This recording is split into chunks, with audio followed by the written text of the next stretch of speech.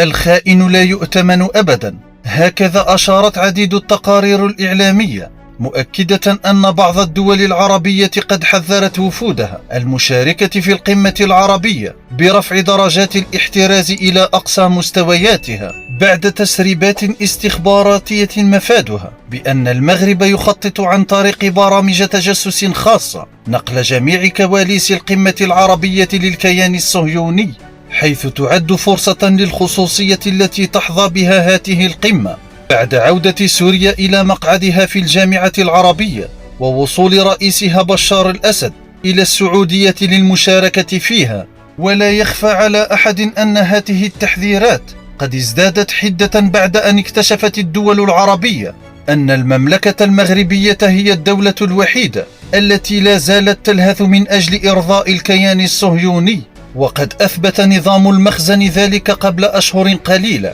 حين تأسف على حادثة الوفد الذي تم طرده خلال آخر قمة للاتحاد الإفريقي في أديس أبيبا الإثيوبية. كما رافقت هذه التحذيرات ما استذكرته وسائل الإعلام العربية بأن إسرائيل قد أكدت بأنها تجسست وبمساعدة المغرب على القمة العربية التي أقيمت سابقا في الرباط عن طريق الحصول على تسجيلات سرية لكل ما دار فيها، ومكنها من الاطلاع على كل ما قرره الزعماء العرب آنذاك.